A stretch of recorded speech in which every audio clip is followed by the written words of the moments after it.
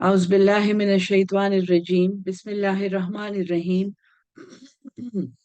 رب اشرح لي صدري ويسر لي أمري واحلل عقدة من لساني يفقه قولي ربي زدني علما بسم الله الرحمن الرحيم سورہ البقرہ کے سیشن نمبر 11 میں دورہ قرآن کے سیشن نمبر 11 میں خوش آمدید۔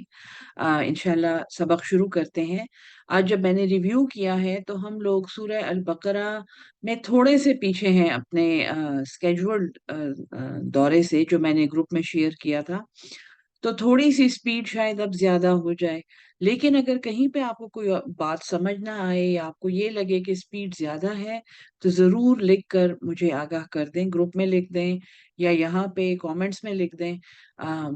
لیکن سبق پہ مطلب کہ سبق انشاءاللہ لفظی ترجمہ بھی ویسے ہی ہوگا، اور اس کے بعد جو شارٹ کامنٹری ہے، جو اس کی ایکسپلینیشن ہے، وہ میں کوشش کروں گی کہ اسی طرح آپ تک پہنچاؤں جیسے میں نے سیکھی ہے۔ انشاءاللہ شروع کرتے ہیں۔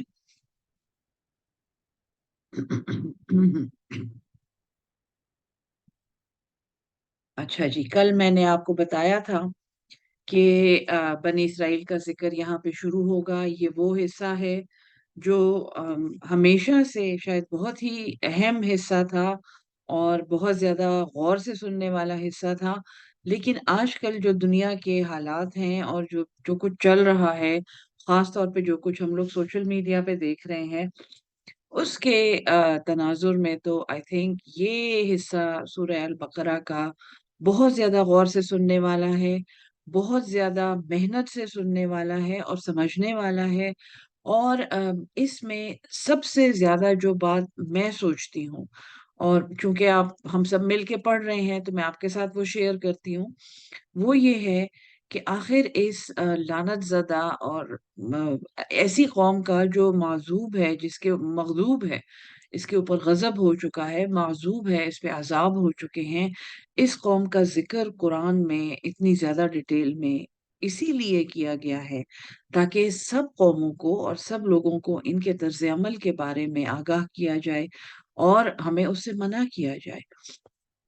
کیونکہ حدیث ہے، حضور صلی اللہ علیہ وسلم نے فرمایا ہے کہ آخر وقت میں تم لوگ وہی کچھ کرو گے جو ان قوموں نے کیا ہے، یعنی نصارہ اور یہود، یعنی ان پیغمبروں کی قوموں نے جو کچھ کیا ہے۔ اور پھر حضور صلی اللہ علیہ وسلم نے فرمایا اگر یہ کسی پہاڑ کی کھو میں بھی گئے ہیں، یعنی کسی غار میں گھسے ہیں یا کسی سرنگ میں کوئی ایسے الفاظ ہیں وہ، تو بخدا تم لوگ بھی یہی کرو گے۔ اس طرز عمل سے بچنے کی بہت زیادہ ضرورت ہے جس نے ان قوموں کو تباہ کیا، اور تباہ اس لحاظ سے وہ تباہی جو ہم قرآن میں پڑھیں گے، کیونکہ ہمیں دنیا میں تو ان کی بہت بڑی کامیابی نظر آتی ہے، لیکن ہم قرآن میں پڑھیں گے کہ کس کس لحاظ سے یہ قومیں تباہ ہوئی ہیں، ان قوموں سے اللہ ناراض ہوا ہے، ان قوموں پہ جو نعمتیں ہوئی تھیں انہوں نے ان کا کفران نعمت کیسے کیا ہے، اللہ کی نعمتوں کا انکار جو انہوں نے کیا ہے۔ شروع کرتے ہیں، بسم اللہ الرحمن الرحیم۔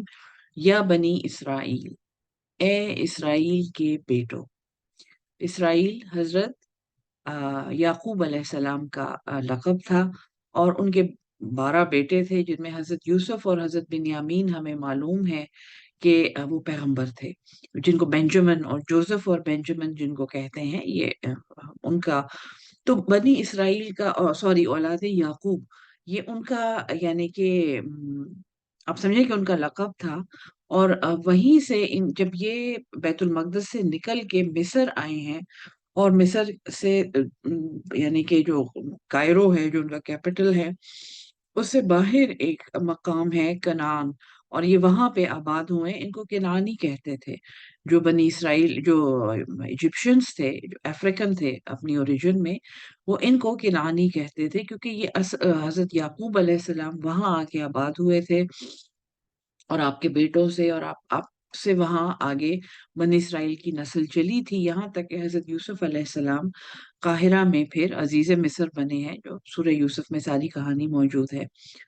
تو ان کو بنی اسرائیل اس لیے کہا جاتا تھا کہ یہ قوم گو کہ اس سے پہلے بھی یہ بنی اسرائیل تھے، لیکن یہاں سے یہ جو ذکر اب چل رہا ہے، اور بنی اسرائیل انہوں نے اپنا نام خود رکھا تھا کہ ہم اس یعقوب، اولاد یعقوب ہیں، اور وہاں سے یہ لوگ آگے چلے ہیں اور پھر اور پیغمبر ان میں آئے ہیں۔ سو یا بنی اسرائیل، اے اسرائیل کی اولاد، اے ان کے بیٹوں،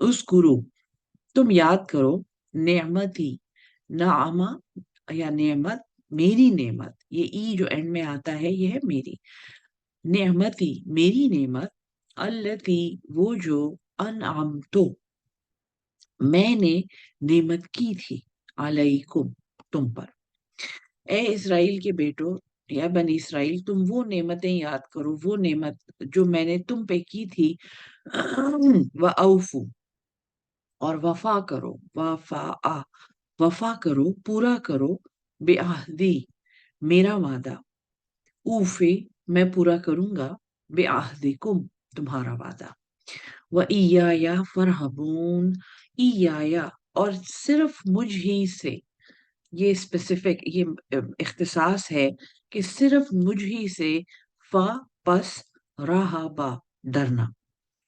اللہ تعالیٰ اس آیت میں ایک پوری، آپ سمجھے کہ ایک پوری سویلائزیشن اللہ نے کور کی ہے۔ تم وہ نعمتیں یاد کرو جو میں نے تم پہ کی تھی۔ سو یہ ایک انعام یافتہ قوم کے ساتھ اللہ خطاب کر رہا ہے۔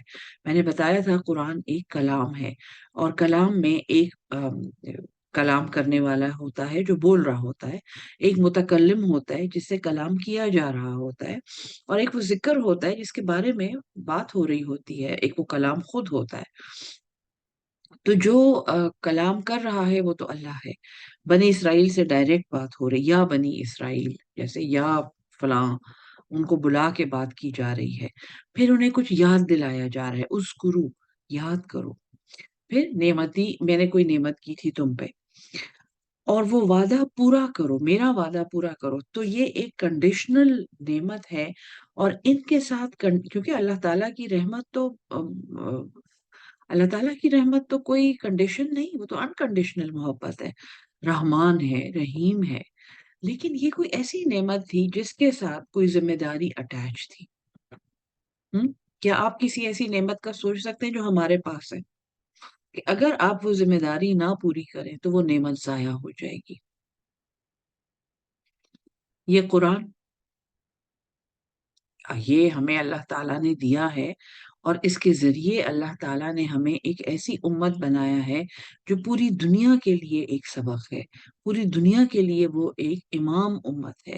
وہ اپنا فرض جب نہیں پورا کریں گے، اس کے ساتھ اٹیچ ذمہ داری نہیں پوری کریں گے، تو ختم ہو جائے گی۔ یہ ہمارے لیے کیا، قرآن ہمیں کیا فائدہ دے گا اگر ہم اس کے اندر جو کچھ لکھا ہوا ہے ہمیں فالو تو ہم تب کریں گے جب ہمیں پتا ہوگا، ہمیں تو اس کی سمجھ ہی نہیں آتی ہے۔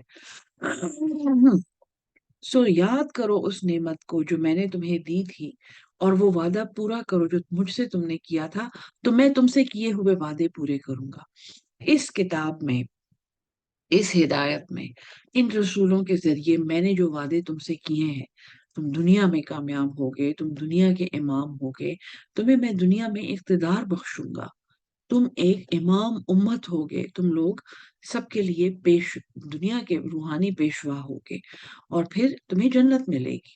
یہ سب وعدے اللہ نے کیے ہیں، قرآن میں بھی کیے ہیں ہمارے ساتھ، لیکن وہ وعدہ پورا کرو جو تم نے مجھ سے کیا ہوا ہے۔ سب سے پہلے تو تم اس کلام کو سمجھو گے، اور چاہیے کہ، اور اس کلام کے اوپر عمل کرنے میں جو چیز سب سے زیادہ آڑے آتی ہے وہ کیا ہے؟ دنیا کا خوف ہے نا، دنیا میں گم ہو جانا ہے، دنیا کی رنگا رنگیاں ہیں، اس کے ہمارے مفادات ہیں، ہمارا نفس ہے، اور ہم کہتے ہیں کہ اگر ہم نے یہ حق بات کی، اگر ہم نے اس پہ عمل کیا تو ایسا نہ ہو جائے اور ویسا نہ ہو جائے، اور ہمیں کوئی اٹھا کے نہ لے جائے، اور ہمارے پیچھے کوئی کالی گاڑی نہ آ جائے، ہوتا ہے نا ایسے۔ تو اللہ کہتا ہے وَإِيَّايَ فَارْهَبُونِ، اور چاہیے کہ صرف مجھ سے تم ڈرو، راہبہ، ڈرنا، اور کسی کے ڈر سے ایک کام چھوڑ دینا، جیسے راہب ہوتے ہیں وہ دنیا چھوڑ دیتے ہیں، تو چاہیے کہ صرف مجھ سے تم ڈرو، وَآمِنُوا، اور ایمان لے آؤ، بِمَا أَنزَلْتُ، جو میں نے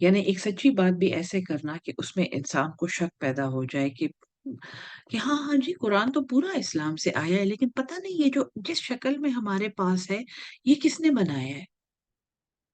کمزور نالج والا انسان یہ سن کے ذرا ہل جاتا ہے، یا یہ کہنا کہ جی جی وہی تو آئی تھی، یعنی ہم وہی کا تو اعتراف کر رہے ہیں، لیکن حضور صلی اللہ علیہ وسلم کو تو لکھنا بھی نہیں آتا تھا، پتہ نہیں یہ کس نے لکھ لیا، پتہ نہیں یہ ویسا رہ بھی گیا کہ نہیں۔ تو حق کو باطل کا لبادہ پہنانا جانتے بوجھتے، وَتَكْتُمُ الْحَقَّ، اور کتمان کا تامہ چھپا دینا، الحق حق کو، وَأَنْتُمْ تَعْلَمُونَ، اور تم تو علم رکھتے ہو، تم تو جانتے ہو، تمہارے پاس دورہ ہے۔ وَأَقِيمُوا الصَّلَاةَ، اور جب ایمان لے آؤ تو سب سے پہلا کام وَأَقِيمُوا الصَّلَاةَ، اور نماز قائم کرو، وَآتُوا الزَّكَاةَ، اور زکوٰۃ ادا کرو، مال کی پاکیزگی بجا لاؤ، وَارْكَعُوا، اور رکوع کرو، جھکو، مَعَ الرَّاكِعِينَ، جھکنے والوں کے ساتھ۔ نماز با جماعت کا ریفرنس ہے یہ۔ تو پہلی جو بات ہوئی یعنی یہ خطاب جو ہے، آپ کو اندازہ ہو رہا ہے کہ یہ خطاب کس کے ساتھ ہے؟ بنی اسرائیل سے تو خطاب ہے، ان سے تو بات ہو رہی ہے، کیونکہ ان کو خطابات کہتے ہیں، یہ ڈائریکٹ خطاب ہے ایک قوم سے۔ اس کے سننے والے جو ہیں وہ بنی اسرائیل کے عالم ہیں، جن کے پاس تورا کا علم ہے، جو تورا کو جانتے ہیں۔ اس کا یہ خطاب ان لوگوں کے لیے ہے جو اللہ کی کتابیں جانتے ہیں، جن میں ہم اور آپ بھی شامل ہیں۔ تو حق کو باطل کا لبادہ نہ پہناؤ، اور کیا نہ کرو، حق کو چھپاؤ نہیں، سچی گواہیاں کہ جی سچ نہ بولیں ورنہ جینا مشکل ہو جائے گا۔ اور جو حق کے ساتھ ہے سب سے پہلے وہ اقیم الصلاۃ و آت الزکات، شریعت کے احکامات، ورکعوا مع الراکعین، ان کی ایک سوسائٹی ہوتی ہے، ان کی ایک کمیونٹی ہوتی ہے جہاں جیسے نماز با جماعت۔ ہم؟ پھر بہت امپورٹنٹ حکم، اتامرون الناس، کیا تم عام لوگوں کو امر دیتے ہو، حکم دیتے ہو، بالبر، نیکی کا، وتنسون، اور تم بھول جاتے ہو، انفسکم، اپنے آپ کو، ناسیا، بھولنا، انسان بھی اسی روٹ سے نکلا ہے، وہ بھول جاتا ہے۔ اتامرون الناس بالبر، کیا تم حکم دیتے ہو، امر کرتے ہو لوگوں کو نیکی کا، وتنسون انفسکم، اور بھول جاتے ہو اپنے آپ کو، قول اور فعل کا تضاد، وانتم، حالانکہ تم، تتلون الکتاب، تالا یا تلاوت کرتے ہو، پڑھتے ہو، الکتاب، اللہ کی کتاب کو، افلا تعقلون، کیا تم عقل سے کام نہیں لیتے؟ تم اللہ کی کتاب پڑھتے ہو، تم اس کے عالم ہو، تمہیں یہ سمجھ آتی ہے، لیکن تم اس پہ عمل نہیں کرتے، اور تم لوگوں کو اس کا حکم بھی دیتے ہو، جی اس میں یہ لکھا ہوا ہے، الراشی والمرتشی فی النار، یہ جی ہمارے نبی صلی اللہ علیہ وسلم نے کہا، اور قرآن میں ہے کہ یہ حرام مال جو ہے اس سے بہت زیادہ بچنا ہے، منہ سے کہتے ہیں۔ ہم؟ اور مسجد میں فلاں فلاں کام ہے تو یار جا کے وہاں پہ تم کچھ پیسے دے آؤ، اس سرکاری دفتر میں دے آؤ اور یہ کام ہو جائے۔ ہم؟ بلکہ اب تو اس کے بارے میں فتوے آ گئے ہیں کہ یہ جائز ہے، ایسا کیا جا سکتا ہے، انہی مسجدوں سے فتوے آئے ہیں۔ وَاسْتَعِینُوا، اور استعانت حاصل کرو، یہ آیت میں نے آپ کو پڑھائی تھی استعانت پڑھاتے ہوئے، جب ایاک نستعین ہم نے پڑھا تھا، وَاسْتَعِینُوا، اور استعانت حاصل کرو، بلا واسطہ مدد حاصل کرو، بالصبر، اس سے پہلے کہ تم ناجائز کاموں میں پڑو، اس کتاب کے خلاف کاموں میں پڑو، تم مدد حاصل کرو صبر سے، اور صبر سوابارا، اس کا مطلب ہے ایک صبر کا بہت بڑا مفہوم ہے، اب اس کا لغوی مطلب تو صبر ہے، روک لینا، لیکن اس کا مفہوم بہت بڑا ہے۔ یہاں پہ صرف ایک بات میں آپ سے کہوں گی کہ صبر اور بے بسی میں فرق سیکھیں۔ صبر اور بے بسی میں فرق کیا ہے؟ بے بسی یہ ہے کہ آپ کچھ نہیں کر سکتے، آپ کے بس میں کچھ نہیں ہے، آپ کے سر پہ کسی نے پستول رکھا ہوا ہے، تلوار رکھی ہوئی ہے، اور آپ اس میں چپ رہ جاتے ہیں اور کچھ نہیں کہتے، یہ بے بسی ہے۔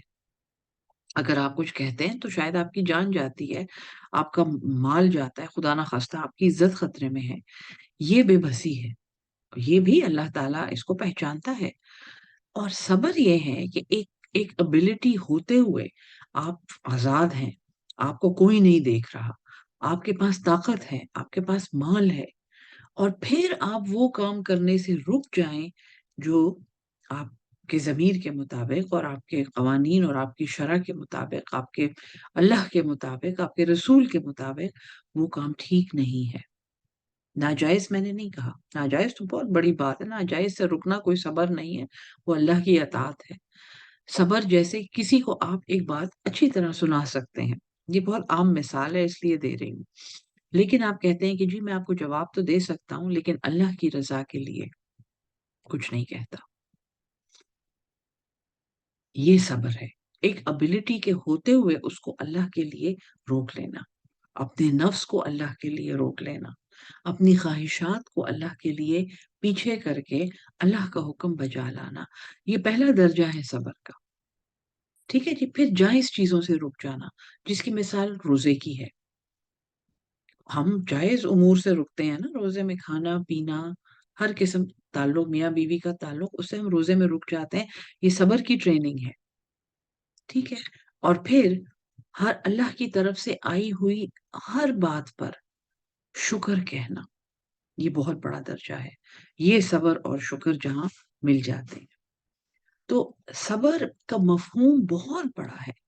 تم اللہ کی مدد حاصل کرو بالصبر والصلاۃ، اور نماز سے، وَإِنَّهَا لَكَبِيرَةٌ، اور البتہ یہ بہت بڑی ہے، بہت پیاری آیات ہیں یہ، کہ اگر تم نے اللہ کی کتاب پہ عمل کرنا ہے تو استعانت حاصل کرو صبر سے اور نماز سے، وَإِنَّهَا لَكَبِيرَةٌ، اور البتہ یہ بہت بڑی باتیں ہیں، بہت بڑی عزم الامور کہا گیا ہے ان کو، اللہ مگر علی الخاشعین، جو خشوع اختیار کرتے ہیں۔ کتنی کتنی عجیب سی بات ہے نا، خشوع آ گیا ایک خشوع کیا ہوتا ہے؟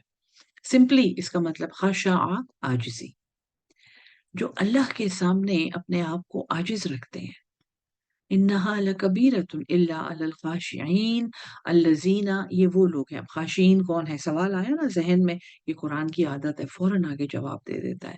الذین، جو لوگ، یظنون، جو یہ گمان رکھتے ہیں، جو یہ یقین رکھتے ہیں، انہم، یہ کہ وہ ملاقو ربہم، وہ ملاقی ہونے والے ہیں، ملاقات کرنے والے ہیں، ربہم، اپنے رب سے، وَأَنَّهُمْ، اور یہ کہ وہ الیہ راجعون، اسی کی طرف لوٹنے والے ہیں۔ ٹھیک ہے جی، یا بنی اسرائیل، اے بنی اسرائیل، اذکروا نعمتی التی، یاد کرو میری نعمت کو جو میں نے تم پہ کی تھی، انعمت علیکم وانی، اور یہ کہ اچھا ایک تو نعمت کی تھی تمہیں، تمہارے اوپر میں نے، اور اس وقت کیا کہا تھا اللہ نے کہ میرا وعدہ پورا کرو، کہ اوفو بعہدی اوفی بعہدکم، اس نعمت کے ساتھ جو میرے وعدے تھے وہ میں تب پورے کروں گا جب تم اپنا کیا ہوا وعدہ پورا کرو گے۔ ہم؟ اب یہاں پہ یہ ہے کہ جی انہوں نے کہا کہ ہاں ہم وعدہ پورا کریں گے، ہسٹوریکلی جیسے ہم کہتے ہیں ہم اہل القرآن بنیں گے، ہم نبی کی امت ہیں صلی اللہ علیہ وسلم، اور ہم یہ کریں گے اور ہم یہ کریں گے، تو یاد کرو میری اس نعمت کو جو میں نے تمہیں دی تھی، نبی پیغمبر دیے، شریعتیں دی، تمہیں دنیا میں اقتدار دیا تھا میں نے، تمہیں بیت المقدس جیسا وطن دیا تھا میں نے، وَأَنِّي، اور یہ کہ میں فضلتکم، فضیلت دی تھی تمہیں، پرائیورٹی پہ رکھا تھا تمہیں، فضلا، علی العالمین، تمام جہانوں پر تمہیں میں نے امام بنایا تھا، انی فضلتکم علی العالمین، واتقوا، اور ڈرو، یومن، اس دن سے، لا تجزی، نہیں بدلہ بنے گا، نفس عن نفس، کوئی جان کسی دوسری جان کا، ایک بیٹری میں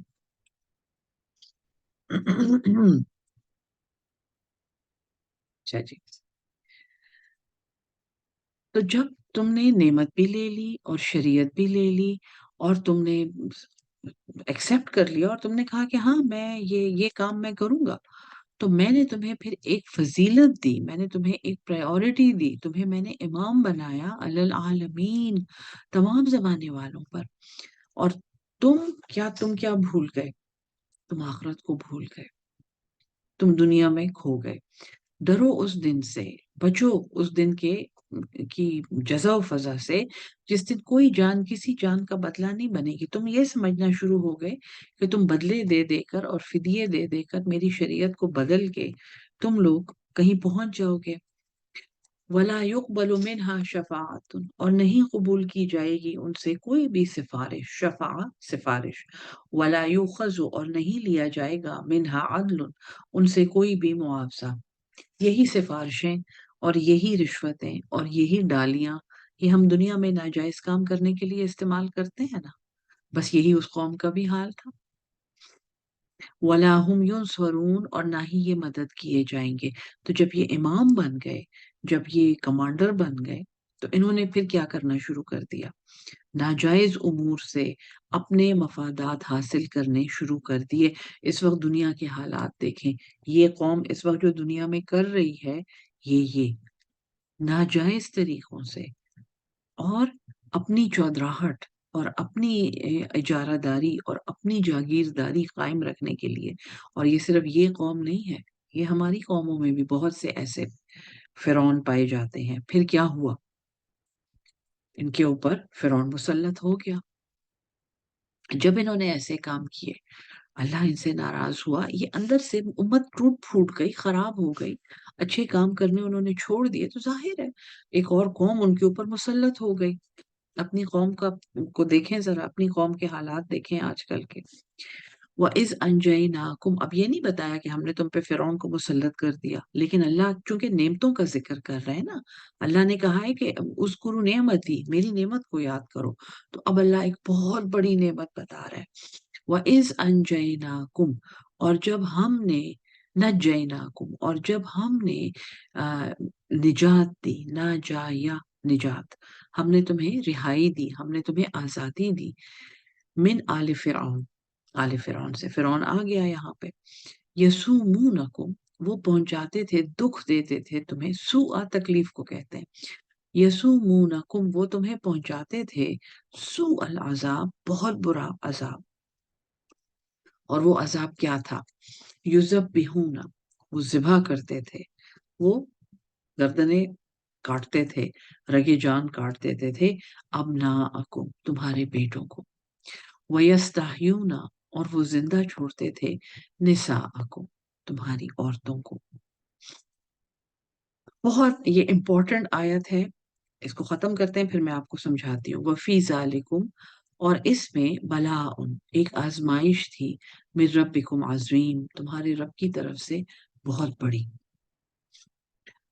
سوال نمبر 1، دکھ تو وہ دیتے تھے، ان کی اولادوں کو مارتے تھے، اور یہ ہمیں اسرائیلی روایات سے پتہ ہے. اسرائیلی روایات میں یہاں اس لیے انٹروڈیوس کر رہی ہوں کہ انہوں نے ایک پورا انسائکلوپیڈیاز بنائے ہوئے ہیں اپنے اوپر کیے ہوئے ظلم کے. ان میں پتہ نہیں کچھ سچ ہوگا کچھ جھوٹ ہوگا، لیکن قرآن کی روح سے یہ سچ ہے کہ فرعون ان پہ مسلط ہوا تھا اور وہ ان پہ ظلم کرتا تھا اور وہ ان کے بیٹوں کو ذبح کرتا تھا. کیونکہ روایات میں یہ ہے کہ فرعون نے ایک خواب دیکھا تھا، اور وہ قرآن میں بھی ہے کہ یہاں سے ایک لڑکا آئے گا اور وہ اس کی تخت و تاراج سب کچھ ختم کر دے گا، اس کے تخت کو. تو اس نے کہا کہ 1 سال ان کو زندہ چھوڑو کہ یہ بچے تو پیدا کرتے رہیں، کیونکہ وہ غلام ہوتے تھے، ان کے سارے کام لیبر فورس تھی. لیکن 1 سال کے بعد یہ ہے کہ اگلے سال پھر لڑکوں کو ذبح کرو، ختم کرو، کہ نسل کنٹرول میں رہے. اس کے بہت سے امپلیکیشنز ہیں. ضروری مطلب یہ کہنا کہ فزیکلی بیبیز کو ذبح کرنا یہ بھی سچ ہے. نوزائیدہ بچے کو ماں سے لے کے قتل کر دینا، ختم کر دینا، یہ وہ کرتے تھے.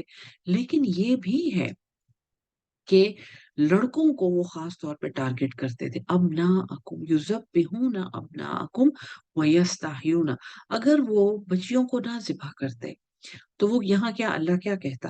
یذبحون ابناءکم ولا یذبحون بناتکم. اللہ یہ کہتا نہیں، صرف وہ لڑکوں کو ذبح نہیں کرتے تھے، اس میں ایک اور بہت بڑی مصیبت تھی.